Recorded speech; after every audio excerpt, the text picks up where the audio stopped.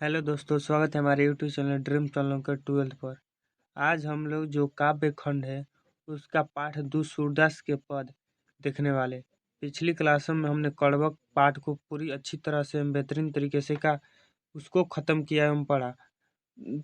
और गद्य खंड में हमने 3 चैप्टर पढ़ लिए और काव्य खंड में 1 चैप्टर पढ़ लिए। यानी हमारा कुल 4 चैप्टर कंप्लीट हो चुका है बच्चों। और हमारा जो कुल कितने चैप्टर है तो 26 चैप्टर है।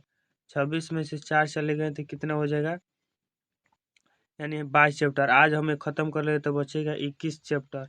इसी प्रकार हम संपूर्ण आपको हिंदी पढ़ाएंगे, ठीक है, टेंशन मत लीजिए। ठीक है, तो चलिए आज की क्लास को हम शुरू करते हैं। यदि आप चैनल पर नए हो तो चैनल को सब्सक्राइब भी जरूर कर लीजिए और दोस्तों में शेयर भी करना न तो भूलिएगा। ठीक है, तो चलिए आज की क्लास को हम शुरू करते हैं। तो देखिए पहले क्या लिखा गया था। आज पहले हम इस क्लास में जो सूरदास के बारे में पढ़ेंगे, सूरदास के बारे में। और सूरदास के बारे में जो लिखा गया है, इन्होंने जो पद लिखा है गया है, पद जो हमें पढ़ना है, इनके 2 पद लिखे, 2 पद है जो बदो क्या पद, कितने पद है तो 2 पद। इन दोनों पदों के अर्थ को हम समझेंगे काफ़ी बेहतरीन तरीके से और आसान भाषा, आपके भाषा में। तो ठीक है, जल्दी आज की क्लास को हम शुरू करते हैं।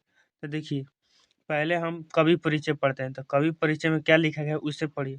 कवि परिचय में जन्म के बारे में बताया गया है कि जो सूरदास का जन्म हुआ था 1478 अनुमानित, मतलब सूरदास का जन्म आपसे पूछा जाए तो 1478 में हुआ था।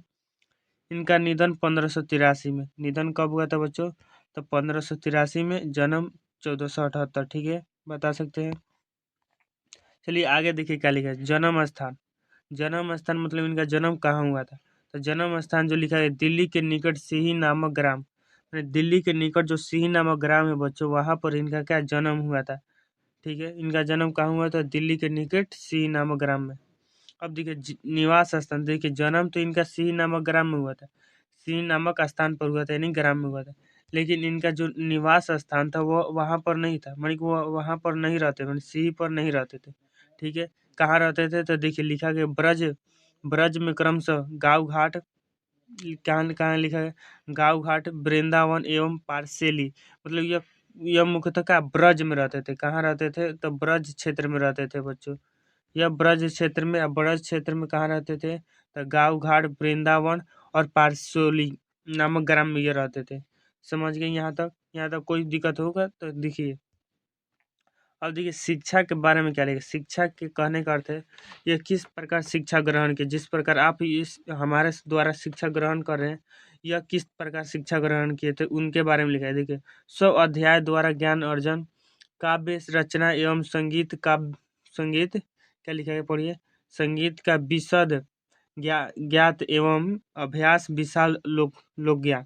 तो देखिए इसका कहने का अर्थ है 100 अध्याय द्वारा ज्ञान अर्जन, मतलब इन्होंने खुद के द्वारा किताबें पढ़ा, चाहे कुछ भी किया, लेकिन खुद के द्वारा क्या ज्ञान अर्जन किया। मतलब जो सूरदास थे वो खुद के द्वारा ही ज्ञान अर्जन किया। 100 अध्याय कहने का अर्थ है खुद से पढ़कर ज्ञान लेना। 100 अध्याय कहने का अर्थ है बच्चे क्या, खुद से पढ़कर ज्ञान लेना। तीन, ये किस प्रकार ज्ञान अर्जन किए? तो 100 अध्याय द्वारा। यहाँ तक समझ गए शिक्षा के बारे में। तो ये 100 अध्याय द्वारा शिक्षा ग्रहण की। यहाँ से कोई ऑब्जेक्टिव प्रश्न बनेगा तो मैं बता दूंगा। ठीक है, देखिए अब लिखा गया है इनके अभिरुचि के बारे में। देखिए अभिरुचि कहने का अर्थ है इनका किस चीज़ में मन लगता था, ये क्या करते थे। आप भी जिस प्रकार आप कहते हैं कि मुझे घूमने फिरने में अच्छा लगता है, दोस्तों के साथ बात करने में होता है, इधर उधर घूमने में अच्छा लगता है, तो इसी प्रकार जो सूरदास की जो अभिरुचि है उसके बारे में हम देखते हैं। तो अभिरुचि के बारे में क्या लिखा है उसे भी पढ़िए। तो देखिए अभिरुचि के बारे में लिखा गया है पर्यटन, सत्संग, कृष्ण भक्ति एवं वैराग्य। मतलब देखिए यहाँ से पूछा जाता है, एक नंबर का प्रश्न पूछा जा सकता है, सूरदास का अभिरुचि किसमें थी? तो आपका ऑप्शन इसी में से किसी में देगा। इनमें से पर्यटन, सत्संग, कृष्ण भक्ति एवं वैराग्य, यदि इनमें कोई भी देगा तो यह सही उत्तर हो जाएगा। समझिए ये इनकी अभिरुचि है। अब देखिए आगे क्या लिखा गया है उसे पढ़िए। आगे लिखा गया है दीक्षा गुरु। दीक्षा गुरु कौन थे? तो बच्चों तो महाप्रभु वल्लभाचार्य। यहाँ से यह एक नंबर प्रश्न पूछा जाता है कि सूरदास कवि के, सूरदास जो थे उनके उनके जो दीक्षा गुरु थे कौन थे? तो बच्चों आपको बताना होगा कि महाप्रभु वल्लभाचार्य। और इन्होंने वल्लभाचार्य से बच्चों पुष्टि मार्ग की दीक्षा ली थी, पुष्टि मार्ग की दीक्षा ली थी। किस मार्ग की, यहाँ से पूछा जा सकता है किस मार्ग की, तो पुष्टि मार्ग की दीक्षा ली थी। समझ गए, वल्लभाचार्य इनके क्या दीक्षा गुरु थे, इन्होंने पुष्टि मार्ग की दीक्षा ली थी। अब देखिए आगे क्या लिखा है उसे पढ़िए।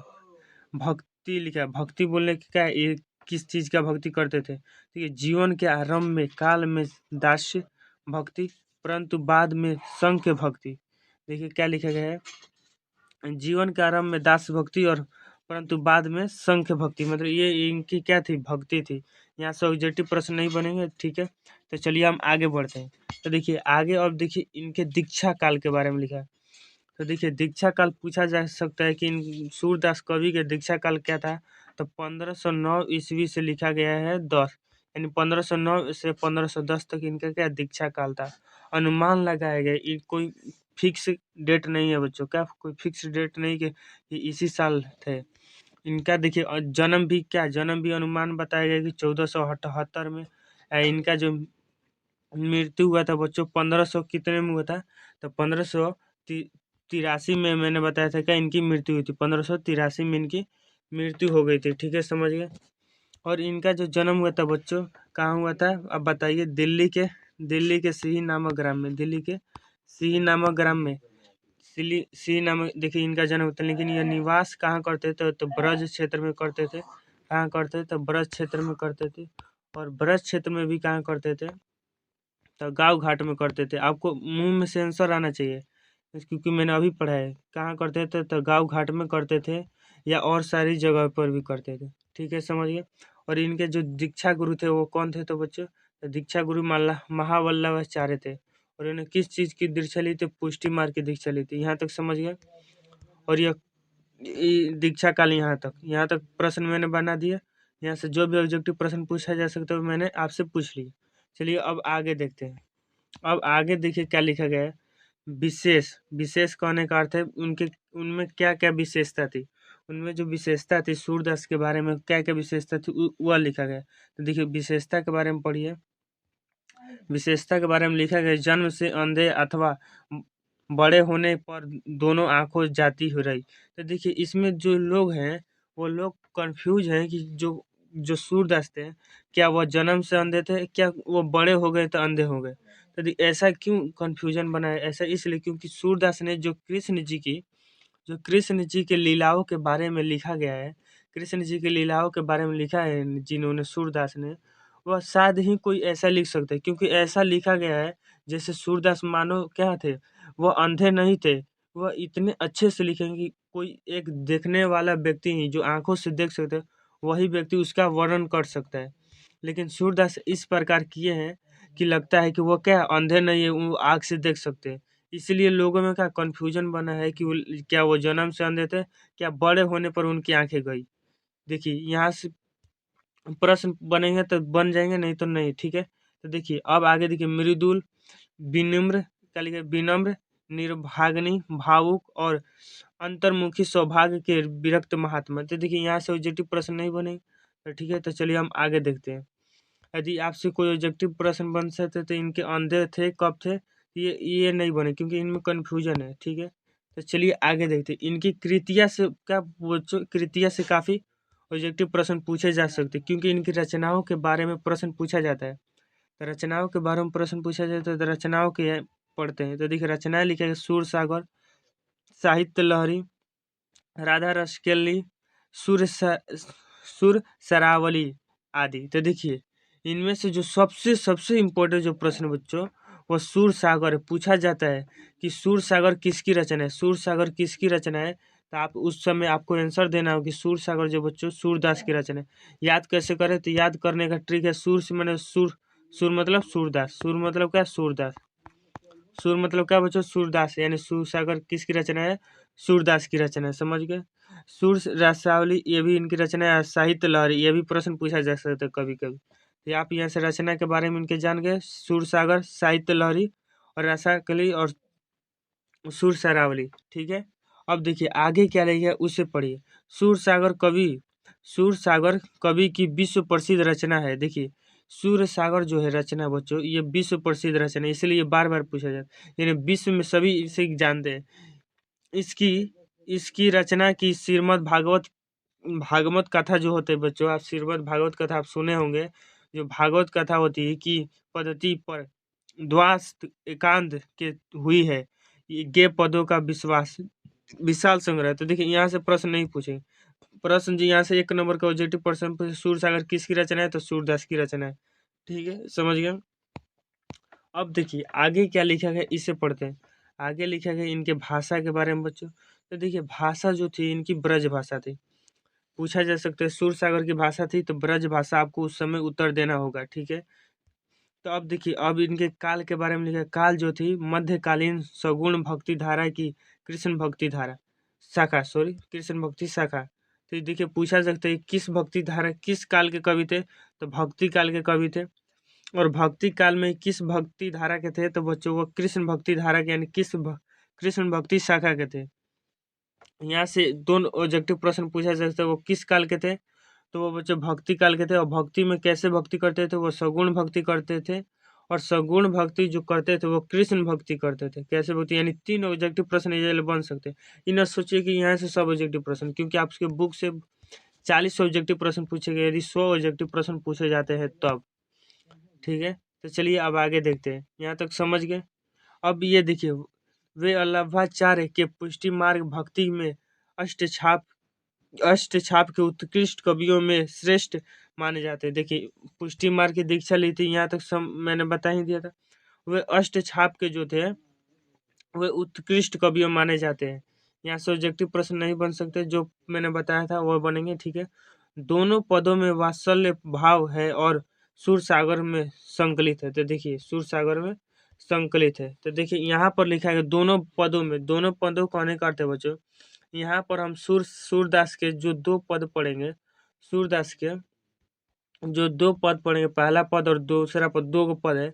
ये दोनों पद में जो वात्सल्य भाव का उपयोग किया गया, वात्सल्य भाव का यहाँ से ऑब्जेक्टिव प्रश्न भी पूछा जा सकता है कि सूर के पदों में जो पद दिए गए उसमें किस भाव का यूज किया गया, चाहे उपयोग किया गया। तो वात्सल्य भाव का जो क्या है बच्चों, है वात्सल्य भाव है।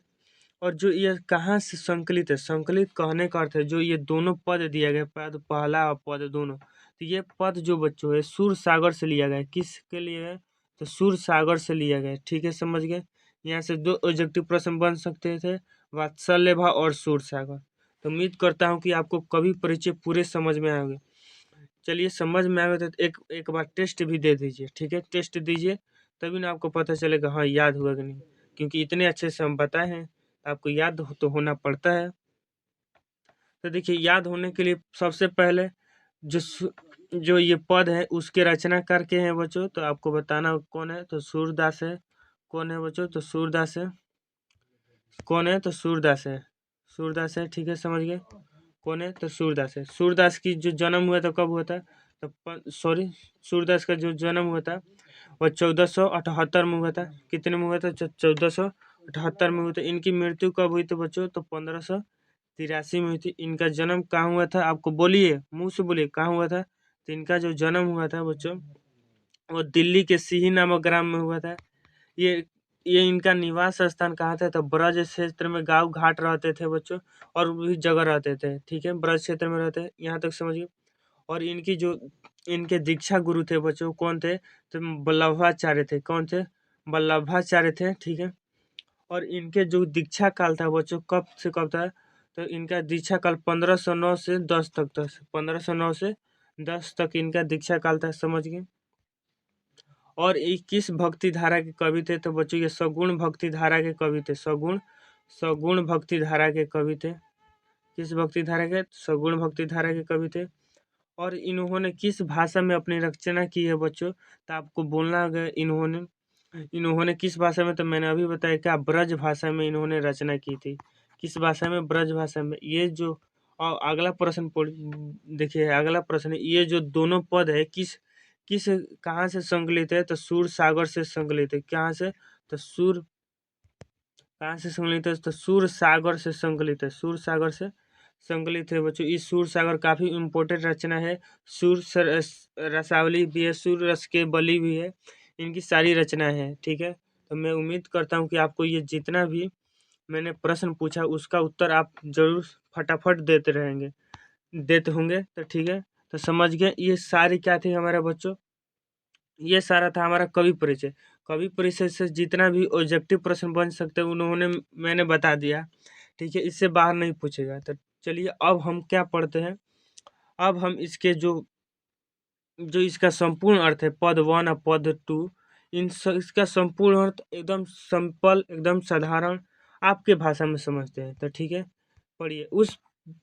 इस भाव को पढ़ने से पहले आपको मैं बता दे रहा हूँ इस दोनों पद में क्या दिया गया। तो देखिए, पहला जो पद लिखा गया है, पहला जो पद लिखा गया, कितने पद है, 2 पद है, कितने पद है, 2 पद है। पहला जो पद लिखा गया है उस पद में बच्चों देखिए, जो कवि लिखे हैं वह जो कवि है क्या, सूरदास है। सूरदास कवि किसके बारे में लिखे, तो कृष्ण जी के बारे में। कृष्ण जी के बारे में इन्होंने क्या लिखा है, तो कृष्ण जी के सबसे पहले पद में लिखा है, कृष्ण जी को उठाया जा रहा है, कृष्ण जी को उठाया जा रहा है। जब सुबह हो गई तो माँ यशोदा के द्वारा कृष्ण जी को उठाया जा रहा है, उसके बारे में पहला पद में चर्चा की गई है। और दूसरा का पद में आप जानते हैं कि जब कोई व्यक्ति उठ जाता है तो अपन हाथ मुंह धो के क्या खाना पीना करता है। तो दूसरे पद में क्या खाना पीना के कृष्ण जी के बारे में कहा गया है, कृष्ण जी किस प्रकार खाना खा रहे हैं और कौन कौन सा दृश्य उस समय दिखा जा रहा है और किस प्रकार का दृश्य, उससे चलिए हम देखते हैं और काफ़ी आसान भाषा में आपको समझाते हैं। तो चलिए आज की क्लास तो शुरू हो गई है। चलिए अब हम इसके क्या संपूर्ण अर्थ को समझते हैं। तो चलिए देखिए, तो संपूर्ण अर्थ के लिखा गया बच्चों, आप समझिए। तो पहला जो पद है उस पद को पढ़ते हैं, पहला पद पढ़ते हैं और इसका अर्थ समझते हैं। देखिए पहला पद लिखा गया है, जागिए ब्रज राजकुंवर कवल कुसुम फूले। तो देखिए जागिए ब्रज कुंवर, तो देखिए जागिए ब्रज कुंवर कहने का अर्थ है मन कृष्ण जी को ब्रज कुंवर कहा जा रहा है। ब्रज कुंवर मन कृष्ण जी को जगाए, जागिए ब्रज कुंवर यानी कृष्ण जी जागिए।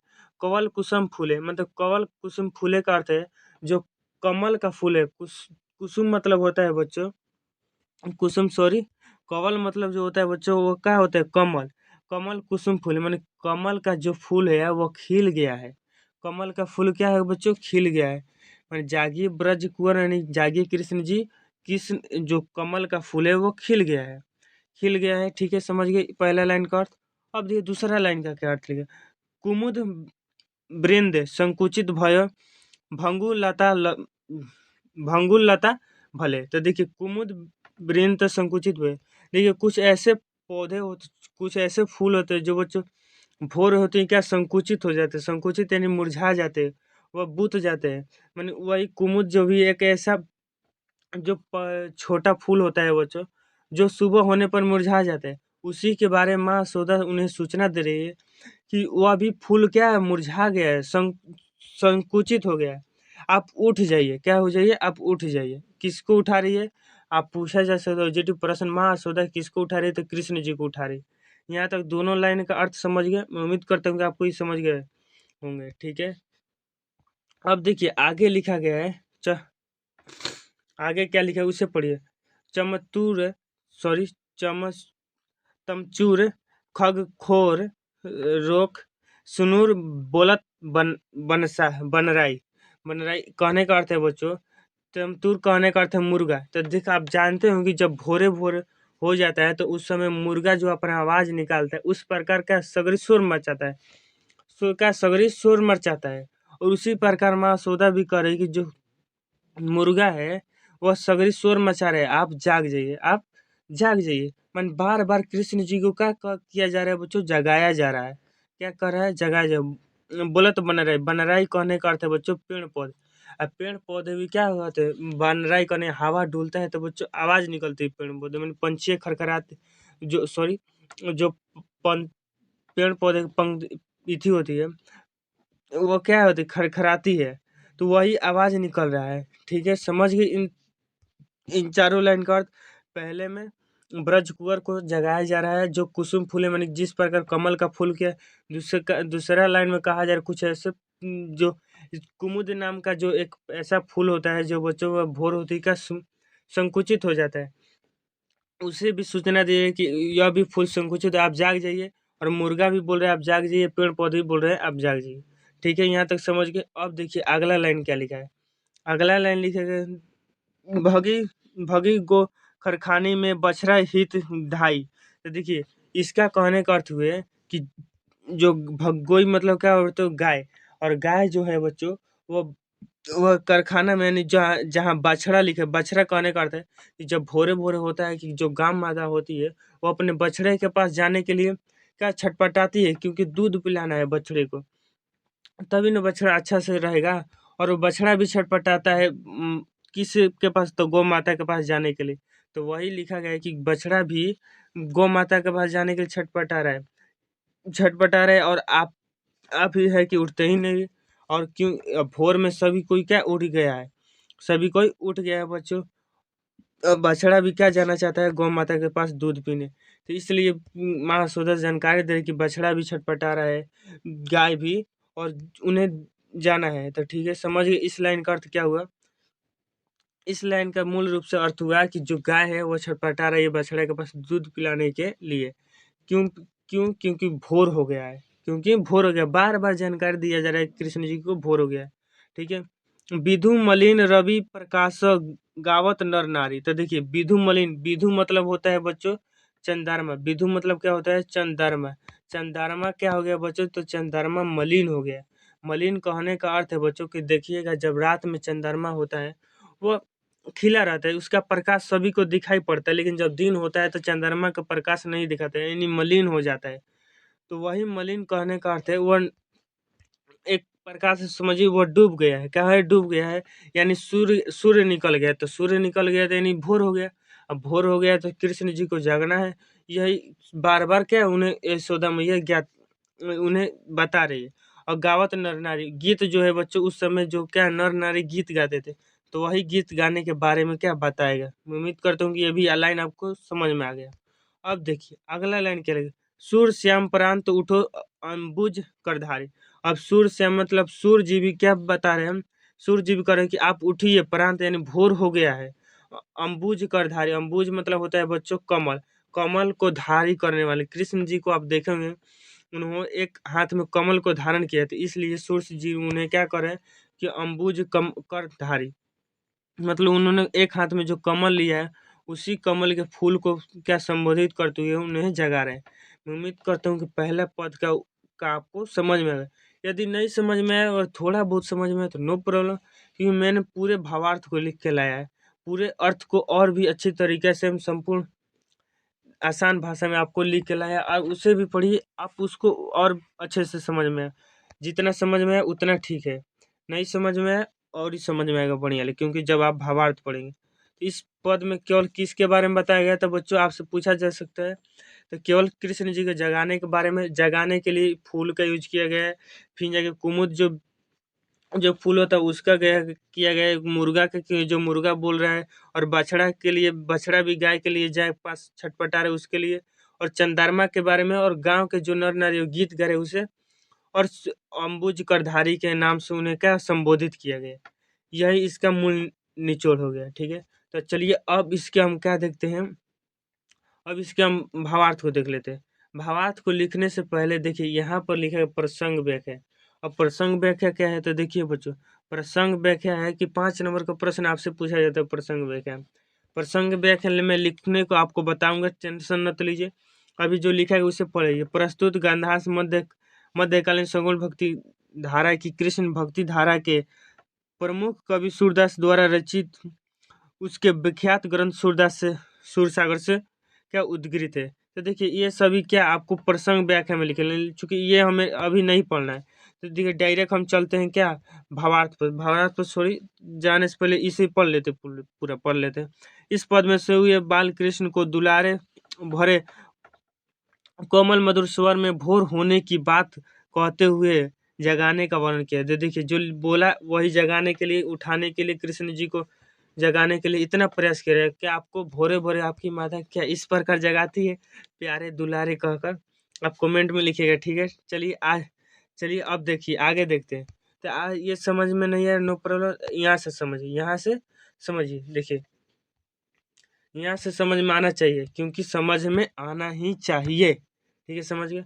अब देखिए व्याख्या लिखा है, व्याख्या कहने का अर्थ वही अर्थ।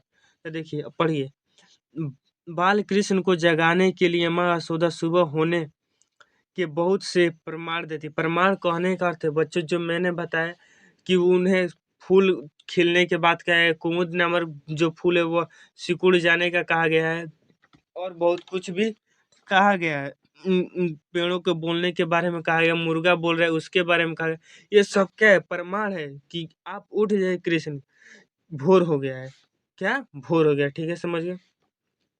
वह सुबह ही दुलार से उसे कहती है, मैंने कहती है, यानी यशोदा माँ कहती है, ब्रज कुंवर, ब्रज राजकुंवर अर्थात ब्रज के छोटे राजकुमार, ब्रज के क्या बच्चों, छोटे राजकुमार, जाग जाओ, उठ जाओ, उठकर देखो कितने सुंदर कमल के फूल खिल गए। यानी जो लिखा गया, मैंने बताया कि कमल का फूल गया, उसे ही क्या लिखा गया यहाँ पर, और भी अच्छी तरीके से, ठीक है। रात को खिलने वाली मुकदनिया संकुचित संकुचा हो गया है, संकुचा यानी करने का है, वही संकुचित हो गया, मतलब मुरझा गई है, अर्थात रात्रि समाप्त हो गई है। मैंने इससे क्या पता चले बच्चों की जो कमल का फूल है वो खिल गया, मुकदनिया संकुचा हो गई है, मैंने वो क्या, रात्रि खत्म हो गई, रात्रि समाप्त हो गई, यानी भोर हो गया। क्योंकि भोर में मुकदनिया मुरझा जाती है, और वही लिखा गया, भोर में मुकदनिया क्या मुरझा जाती है। चारों ओर भंवरे मंडरा रहे और मुर्गा आवाज दे रहा है, मुर्गा आवाज दे रहा है, वही लिखा गया है कि मुर्गा भोरे भोरे जो आवाज देता है बच्चों, आप देखे होंगे गाँव गाँव देहात में कि मुर्गा भोरे भोरे मार आवाज देता रहता है, ठीक है।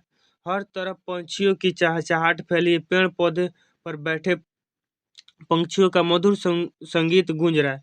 जो मैंने बताया उसी को देखिए, इसी में भी लिखा गया कि पंछियों का चहचहाट, पेड़ पौधे भी मधुर स्वर में गूंज रहे हैं। गाय भी बछड़ों में जाने के लिए रंभा रही, यानी छटपटा रही है बच्चों, क्या बच्चों, छटपटा रही। वे अपने बछड़ों सहित जाना चाहती है। चंद्रमा के प्रकाश को का का लिखा है, कांति कांति क्षीण हो गई है, कांति क्षीण यानी वही क्या, मलिन हो गया है, अर्थात रात्रि समाप्त हो गई। तो देखिए ये प्रमाण दिया जाए कि देखिए कृष्ण उठ जाइए, रात्रि क्या हुई, समाप्त हो गई, रात्रि बच्चों क्या हुई, समाप्त हो गई, समझ गए। अब ये रात्रि समाप्त हो गई, वहीं सूर्य का प्रकाश चारों ओर फैला गया है, नर नारी मधुर स्वर में गा रहे हैं कि कहे श्याम। और देखिए नर नारी क्या गा रहे हैं उसी के बारे में लिखा गया है। देखिए समझिए, आराम से समझिए, मस्त से समझिए, ठीक है। सुबह हो गई इसलिए उठ जाओ, उठ जाओ यानी कृष्ण जी के बारे में कह रहे हैं, उठ जाइए, सुबह हो गई, ये सभी प्रमाण दिए जा रहे हैं। मैं उम्मीद करता हूँ ये प्रमाण आपको समझ में आ रहा है। वे अम्बुज करधारी अर्थात कमल को हाथ में धारण करने वाले कृष्ण को सुबह होने के संकेत दिया जाने चाहते हैं। देखिए ये जो थे, इसमें केवल कृष्ण के संकेत दिया जा रहा है कि आप उठ जाइए, सुबेर हो गया है, उठ जाइए क्या बच्चों, सुबेर हो गया है। इसके बारे में जो चर्चा की गई वो मैंने सभी बताइए दी है। मैं उम्मीद करता हूँ कि आपको ये पद, पहला पद जो क्या है समझ में आ गया होगा। तो चलिए दूसरा पद शुरू करते हैं। दूसरा का पद में मैंने क्या बताया था कि जब पहला का पद में आप जब सूत के उठ जाते हैं तो आपका मुंह हाथ धो के नहाए धो खाने पीने बढ़ते हैं। कौन कौन बिना नहाए धोए खाता है वो कमेंट बॉक्स में लिखेगा अपना नाम, ठीक है। चलिए देखते हैं। चलिए अब देखिए क्या लिखा गया है। अब कृष्ण जी के बारे में लिखा गया है कि अब उसके बारे में क्या लिखा, सॉरी, कृष्ण जी के बारे में क्या लिखा गया है कि अब वह जब वह उठ गए तो उठने के बाद अब क्या भोजन करेंगे। अब भोजन करते समय उन्होंने क्या क्या लीलाएं की, उस लीलाएं के बारे में क्या बच्चों बताया गया है। तो वही लीलाएं हम क्या अब देखने वाले हैं। तो देखिए, जेवत श्याम नंद की कन्या, कन्या कहने का अर्थ है बच्चों क्या, गोद, कन्या कहने का अर्थ है बच्चों क्या, गोद। उसी गोद में, गोद कहने, नंद कहने का अर्थ है नंद बाबा, जो कृष्ण जी के क्या है, पिता है, कृष्ण जी के क्या है बच्चों, पिता है। कृष्ण जी के पिता जेवत श्याम नंद की कन्या, माने जैसे ही श्याम की, श्याम यानी श्याम कहने का अर्थ है कृष्ण जी, नंद माने अपने बापू की कन्या यानी गोद, गोद में क्या है बैठे, माने कृष्ण जी जैसे ही अपने बाबू के गोद में बैठे खाने के लिए कछु खाओ तो कछु धरने गिरावत, छवि निरखती नंद रानी। देखिए कितना अच्छा लिखा गया बच्चों, कितना अच्छा लिखा गया, आप पढ़िए इसे, कितना अच्छा लिखा गया। कुछु खावत कछु धरनी गिरावत, छवि निरखती नंद रानिया। माने जब कृष्ण जी अपने नंद बाबा के गोदी में बैठकर खाना खाते हैं तो कछु खावत मतलब कुछ खाते हैं, कुछ धरनी गिरावत मतलब कुछ गिराते भी हैं, क्या बच्चों, कुछ गिराते भी है। छवि निरखती नंद रानिया, माने इस छवि कहने का अर्थ है बच्चों, इस दृश्य को, उस पल को क्या बच्चों नंद रानी यानी यशोदा माता क्या है, निरखती है। यशोदा माता क्या देखती है, और देखती है बच्चों, क्या देखती है कि कुछ कृष्ण जी गिरा रहे हैं, कुछ खा रहे हैं, कुछ धरती पर भी गिरा रहे हैं, कुछ धरती पर भी क्या बच्चों गिरा, और इसे भी क्या कौन देखती है, तो नंद रानी यानी यशोदा माता देखती है। समझ गए इस लाइन का अर्थ। अब देखिए अगला लाइन लिखेगा, बड़ी बड़ी बड़ा बेसन बहु भांति भातनी व्यंजन विधित अंगनिया। तो यानी अंगनिया कहने का अर्थ है कि माता यशोदा ने बड़ी बड़ी बड़ा बेसन में आप बड़ी बड़ा बेसन खाए होंगे, बेसन का बनने वाला जो व्यंजन होता है उसे भी खाए होंगे। और यही सभी व्यंजन जो है क्या माता यशोदा क्या बनाई है बाल कृष्ण के लिए, क्या बनाई है बाल कृष्ण के लिए, ये सभी क्या भोजन बनाए हैं। और आगनिया ये सब क्या है बच्चों, आंगन में रखे गए, आंगन में खाने के लिए क्या रखे गए, सभी बड़ी बड़ा बेसन बहु भतनिया व्यंजन, ये सब क्या है व्यंजन जो क्या है आंगन में रखे गए खाने के लिए। समझ गए इस लाइन का अर्थ भी। तो देखिए अब अगला लाइन पढ़िए। अगला लाइन क्या लिखे, डारत खात लेत अपने कर रुचि मानत दही दोनिया। माने आप जानते हैं कि जो दही दोनिया कहने का अर्थ है दही का दोनी, दही को मतलब कुछ ऐसे दही होते हैं बच्चों, आप जगह थोड़ा थोड़ा जम जाता है, दहिया क्या होता है थोड़ा थोड़ा जम, तो वही उसी क्या कहते दही दोनिया। और जानते हैं कि कृष्ण जी दही काफी खाते थे, और उसी को क्या कहते हैं वह खाते हैं, उसी क्या करते हैं बच्चों, वह खाते हैं। डारत खात ले तो अपने कर मतलब खुद को खाते हैं, और दही दोनिया भी खाते हैं, क्या दही दोनिया भी वो क्या खाते हैं। समझ गए इसका अर्थ। अब देखिए अब आगे क्या लिखेगा, मिश्री दही माखन मिश्रित करी मुख नावत छवि धनिया। देखिए धनिया कहने का अर्थ है बच्चों धन्य, धनिया कहने का अर्थ है क्या बच्चों, धन्य। तो देखिए बच्चों लिखा गया मिश्रित दही माखन मिश्रित करी मुखुन नावत धनिया। तो देखिए इसका कहने का अर्थ है बच्चों, कहने का अर्थ है कि जो कृष्ण जी वो मिश्री और दही मिलाकर खाते हैं। मिश्री और दही क्या बच्चों, मिश्रित मतलब क्या मिलाकर, मिश्री मतलब दही और माखन को मिलाकर वह कृष्ण जी क्या खाते। और इस छवि को जो निरखता है उनके मुख को, वो काफी क्या है धन्य व्यक्ति है। यानी उस समय कौन दिख रहा है बच्चों, तो नंद बाबा और क्या यशोदा मैया देख, वो काफी धन्य व्यक्ति है जो इस दृश्य को क्या देख पा रही है। धन्य मतलब होता है बच्चों धन्य। ठीक है समझ गए इस लाइन का अर्थ। अब देखिए आगे क्या लिखा है उसे पढ़ते हैं। आगे लिखा गया है, आपुन खात नंद मुख नावत सो छवि कहत न बनिए। देखिए कितना प्यारा लिखा गया है बच्चों, आपुन खात नंद मुख नावत छो सो खवि सॉरी क्या लिखा है, सो छवि कहत न बनिए। तो देखिए इसका कहने का अर्थ हुए कि अपुन अपुन मतलब क्या वो खुद खाते हैं, और नंद मुख नावत मतलब नंद कहने का अर्थ है अपने पिताजी के मुख में भी लगाते हैं। और सो छवि कहत न बनी, और इस छवि कहने का अर्थ है बच्चे इस दृश्य, उस समय के जो दृश्य है उस दृश्य को वर्णन बनिए, कहत मतलब क्या उस दृश्य के बारे में कुछ कहने के लिए शब्द नहीं बचे हैं। इतना बढ़िया वो दृश्य है। कुछ कुछ ऐसे दृश्य होते हैं जिसको आप केवल देख कर आनंद कर सकते, उसके बारे में कुछ कह नहीं सकते। तो वैसा ही क्या है बच्चों यह दृश्य है, वैसा ही क्या है बच्चों दृश्य है कि कुछ खाते हैं, सॉरी क्या वो क्या करते हैं, तो वो खुद खाते हैं और नंद बाबा की क्या मुख में लगाते हैं, मुख में क्या उनके पास ले जाते हैं कि आप भी खाइए, क्या आप भी खाइए। और इस दृश्य को कहने वर्णन करने के लिए कोई शब्द नहीं है बच्चों। समझ गए। अब देखिए आगे क्या लिखे उसे पढ़िए, जो रस नंद जसोदा बिसल सो नहीं तिहु भुवनिया। देखिए माने उस समय के जो आनंद ले रही है माता यशोदा, वह तीनों भुवन में नहीं है। तीनों भुवन में यानी जो बच्चों वह दृश्य देख रही है माता यशोदा, वो तीनों भुवन में नहीं। इसका कहने का अर्थ यही हुआ। अब देखिए भोजन कर नंद अचमन लोह लोह मांगत सूर जुठनिया। देखिए सूर कहने का अर्थ है बच्चों सूरदास, सूर कहने का अर्थ है बच्चों का सूरदास। देखिए भोजन करके जो नंद बाबा हुए हैं वो बच्चों अचमन करते हैं कहने का अर्थ है बच्चों आप जानते हैं कि हाथ धोते हैं, कुला उला करते हैं। तो वही करने के बाद जो जूठा बचता है भोजन, हम जो बच्चों भोजन छोड़ देते हैं उसी को जूठन भोजन कहते हैं, और वही भोजन क्या सूरदास मांग रहे हैं। यही क्या इसका अर्थ हुआ। मैं उम्मीद करता हूँ कि दूसरा का पद का भी आप बहुत अच्छे से इसका अर्थ समझिए। इस पद में बताया कि कृष्ण जी खाते खाते क्या करते हैं, कुछ खाते हैं कुछ गिराते हैं, और इस दृश्य को नंद रानी निरखती है।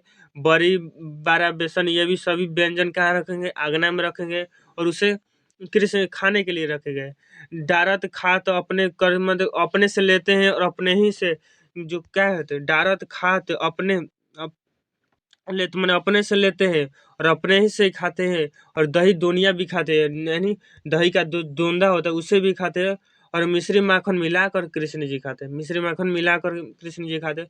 और इस छवि के बारे में जो देख रहा है वो क्या है, धन्य है। क्या है बच्चों, धन्य। अपन खात और नंद मुख ना, मतलब आप खुद भी खाते हैं और नंद के मुख में भी लगाते हैं, और इस छवि के बारे में कुछ कहा नहीं जा सकता, कुछ कहा नहीं जा सकता। जो रस जसोदा विलास मतलब इस जो दृश्य को देख रही है वो तीनों लोगों में नहीं है, ठीक है, समझिए। भोजन का नंद आचमन माने जब भोजन नंद बाबा जब आचमन कर लिए तो उस जो सूर्य जी है क्या जूठन मांग रहे, सूर्य जी क्या बच्चों जूठन मांग रहे। तो समझ गए, तो निचोड़ बता दिए। अब देखिए इसका भी हम क्या भावार्थ देख रहे हैं, यानी व्याख्या देख रहे हैं। व्याख्या हम फिर पढ़ दे, चलिए फिर व्याख्या पढ़ देते हैं, फिर व्याख्या भी पढ़ देते हैं। तो देखिए व्याख्या के लिए उसे पढ़ते हैं। व्याख्या लिखे प्रस्तुत पद हमारी पाठ्य पुस्तक दिगंत भाग 2 के पद शीर्षक कविता से उद्धृत है। देखिए इस पर आप ज़्यादा ध्यान नहीं दीजिए, जब मैं कराऊंगा लिखने का आपको अच्छी तरीके से बताऊंगा, ठीक है। तो इसके रचित सूरदास से रचयिता क्या है बच्चों, तो सूरदास जी भक्ति धारा के अनेक कवि है। उपरोक्त पद में उन्होंने बाल कृष्ण की बच्चों सुलभ चपलता तथा चित्राकर्ष लीलाओं के दिंग दर्शन कराते हुए उनके कृष्ण द्वारा भोजन कराने समय रोचक मन जो भोजन करते समय वही लिखा गया है। अब देखिए हम इसको हम बच्चों हम क्या है, इसके हम अर्थ को समझते हैं, और इसके अर्थ को समझते हैं। अर्थ को आप काफ़ी आसान तरीके से हम मज़े से समझते हैं, मज़े से समझते हैं। तो देखिए लिखा गया, बाल कृष्ण नंद बाबा के गोद में बैठकर खा रहे हैं। नंद बाबा की गोद में बैठकर क्या है बच्चों खा रहे हैं, कुछ खा रहे हैं और कुछ भूमि पर गिराते हैं। वही लिखा है, जो खाते हैं कुछ पृथ्वी पर भी गिराते हैं। इस प्रकार उन्होंने भोजन करने करने का ढंग से प्राप्त होने वाली शोभा को माँ यशोदा बच्चों मैंने जो इस प्रकार वो भोजन करे उसे माँ यशोदा क्या दृश्य को मैं देख रही है। नंद की अत्यंत प्रभुति भाव से देख रही है, मैं नंद मतलब कृष्ण को क्या अच्छी भाव से देख रही है नंद को, वही लिखा गया, ठीक है। चलिए अब आगे देखिए, यहाँ तक जो पहला लाइन का जो अर्थ हुआ वही लिखा दिया गया है, ठीक है, समझ गए। अब देखिए आगे क्या लिखे, बेसन से बनी बड़ी बड़ा विभिन्न प्रकार के अनेक व्यंजन अपने हाथों द्वारा खाते हैं, मतलब कुछ अपने ही हाथों द्वारा कृष्ण जी लेकर खुद खाते हैं, और खुद क्या बच्चों वो अगना में रखेगा, वो सब कुछ कुछ छोड़ देते हैं। दोनी दोनी मतलब मिट्टी के पात्र में रखी हुई दही में विशेष रुचि लेते हैं। आप जानते होंगे बच्चों कृष्ण जी और क्या दही में अधिक रुचि लेते थे, दही यानी माखन खाते थे, आप जानते हैं इसे, इसलिए उन्हें माखन चोरवी के नाम से जाना जाता है, आप जानते होंगे उन्हें। उन्हें दही अति स्वादिष्ट लगता रहा। मिश्री मिलाते हुए दही तथा माखन को अपने मुख में डालते हैं। तो देखिए आप मैंने बताया था कि वो मिश्री माखन मिलाकर क्या खाते हैं, मिश्री माखन मिलाकर खाते हैं एक साथ, ठीक है, समझ गए। अब देखिए लिखा गया, उनकी यश बाल सुलभ लीला धन्य है। बाल सुलभ लीला क्या है बच्चों, धन्य है। वे स्वयं भी खा रहे हैं और तथा नंद बाबा के मुख में डाल रहे हैं। देखिए वो जो बोला है वही लिखा गया है, अपने भाषा में लिखिएगा जब पूछा जाएगा, ठीक है। यह शोभा अवर्णनीय है, अर्थात इस शोभा में आनंद का वर्णन किया गया है। आप देखिए आगे क्या लिखा, जिस जिस रस का पान नंद बाबा या सोदा माँ करी, जो प्रसन्न उन दोनों को हो रहा है। देखिए आगे क्या लिखा है, जो प्रसन्नता उन दोनों को हो रही है वह तीनों लोक में दुर्लभ है। दुर्लभ यानी बहुत क्या कम मिलता है, कम मिलता है बच्चों, क्या है कम मिलता है। वही लिखा कि इस दृश्य को देखने वाला क्या है धन्य है, और और ऐसा दृश्य क्या तीनों लोग में नहीं मिलता। नंद जी भोजन करने के बाद कूला करते हैं, यानी क्या बच्चों जूठन जो बचता है, सुर सुर सूरदास जी जूठन मांगते हैं, और उसी जूठन को प्राप्त करने के लिए वो अपना सौभाग्य मानते हैं। तो ठीक है, समझ गए दूसरे पद का दूसरे पाठ का सॉरी दूसरे पद का अर्थ मैं उम्मीद करता हूँ कि आपको पूरे समझ में आएंगे। तो मैं उम्मीद करता हूँ कि आपको पूरे समझ में एक भी लाइन छूटा नहीं होगा। तो ठीक है, तो चलिए हमने पूरे अच्छी तरीके से पहला पद भी कंप्लीट किया, जिसमें क्या बताया गया है, जिसमें बताया गया है क्या बताया गया बच्चों, आपको मालूम होना चाहिए। पहले पद में कृष्ण जी के सुबह उठने के बाद किया, दूसरे पद में भोजन करते समय जो जो लीलाएं की उनके बारे में बताया किया। तो ठीक है, समझ गए। चलिए कुछ वस्तुनिष्ठ प्रश्न है, उन प्रश्नों को भी कर लेते हैं, तो देखिए जो पहला जो प्रश्न लिखा गया उससे पढ़ते हैं। पहला प्रश्न क्या लिखा गया है? पहला प्रश्न है, सूरदास का जन्म कब हुआ था? देखिए बच्चों, सूरदास का जन्म आप खुद बताइए कब हुआ था। तो सूरदास का जन्म मैंने बताया, अभी बताया का 1478 में हुआ था। कब हुआ था? तो 1478 में। राइट आंसर का ए हो जाएगा। ठीक है, समझ गए। अब देखिए लिखा गया है कि सूरदास की अभिरुचि, देखिए अभिरुचि मैंने अभी बताई थी, उनका अभिरुचि अब पर्यटन में था, कृष्ण भक्ति करने में था, और शायरी करने में क्या उनकी अभिरुचि थी। ठीक है, समझ गए। तो देखिए और अभिरुचि में देखिए लिखा पर्यटन, गायन, नृत्य, लेखन। तो देखिए उनकी जो अभिरुचि थी बच्चों क्या थी? पर्यटन में थी, इसलिए राइट आंसर ए हो जाएगा। समझ गए। अब देखिए आगे क्या लिखा गया है। आगे लिखा गया है 3 नंबर प्रश्न, उसे पढ़ते हैं। 3 नंबर प्रश्न लिखा गया है कि सूरदास किस भक्ति के कवि थे? किस भक्ति के कवि थे बच्चों? तो मैंने बताया था वो कृष्ण भक्ति के कवि थे। राम भक्ति नहीं, देश भक्ति नहीं, मातृभक्ति, वो कृष्ण भक्ति के थे। किस भक्ति के थे? तो कृष्ण भक्ति के थे। तो देखिए अब आगे देखिए, अब आगे क्या लिखा गया है। आगे लिखा है कि इनमें से सूरदास की कौन सी रचना है? तो देखिए सूरदास की रचना पढ़ना है। तो कड़बक तो मैंने पहला ही बताया कि जायसी की रचना है। पढ़ क्या है, यदि उसे नहीं पढ़े हैं तो उसका लिंक डिस्क्रिप्शन बॉक्स में है, या उसका प्ले लिस्ट मैंने बना दिया है, उसे जाकर आप देख लीजिए। उस प्ले लिस्ट का भी लिंक डिस्क्रिप्शन बॉक्स में है। ठीक है, छपे भी नहीं होगा, पद हो जाएगा, पुत्र वियोग नहीं होगा। ठीक है, समझ गए। अब देखिए 5 नंबर प्रश्न क्या लिखा है उसे पढ़ते हैं। सूरदास जी के गुरु कौन थे? तो सूरदास की गुरु जी के जो दीक्षा गुरु थे मैंने अभी बताया बच्चों, सिक्का वल्लभाचार्य था। वल्लभाचार्य से उन्होंने पुष्टि मार के दीक्षा ली थी। उनकी पुष्टि जो वर्ष थी 1509 से 1510 तक थी। ठीक है, समझ गए। तो आज की क्लास यहाँ पर समाप्त होती। अब देखिए अभी एक ऑब्जेक्टिव प्रश्न है। देखिए 6 नंबर प्रश्न है, साहित्य लहरी के रचनाकार है, इसका कमेंट बॉक्स में आप उत्तर दीजिएगा। कहाँ दीजिए? आंसर दे के जाना है, आंसर दे के जाना है। ठीक है, समझ गए। आंसर दे ही के जाना है। और एक प्यारा सा कमेंट भी आपको कमेंट बॉक्स में लिखना है कि क्लास कैसा लगा, समझ में आया तो यस लिखिएगा, नहीं समझ में आया तो नो लिख दीजिएगा। नहीं समझ में आया तो नो भी लिख दीजिएगा। ठीक है, समझ गए। और देखिए डिस्क्रिप्शन बॉक्स में इस टेलीग्राम का लिंक दिया गया है, आप टेलीग्राम पर जाके का जुड़ जाइए, टेलीग्राम पर जाके जुड़ जाइए क्योंकि उसी में नोट्स डाला जाता है। ठीक है, समझ गए। अब देखिए आज की क्लास हम यहीं पर रखते हैं, और अगली क्लास में हम इसके ऑब्जेक्टिव प्रश्न देखेंगे। एक क्लास होगा और एक क्लास और होगा जिसमें हम सब्जेक्टिव प्रश्न देखेंगे, और इसी प्रकार हर चैप्टर हिंदी का खत्म होगा और आपके अच्छे मार्क्स हिंदी में आएंगे। ठीक है, तो चलिए आज की क्लास इतना ही, अगले क्लास में हम आगे की चर्चा करेंगे। तो ठीक है, बाय बाय।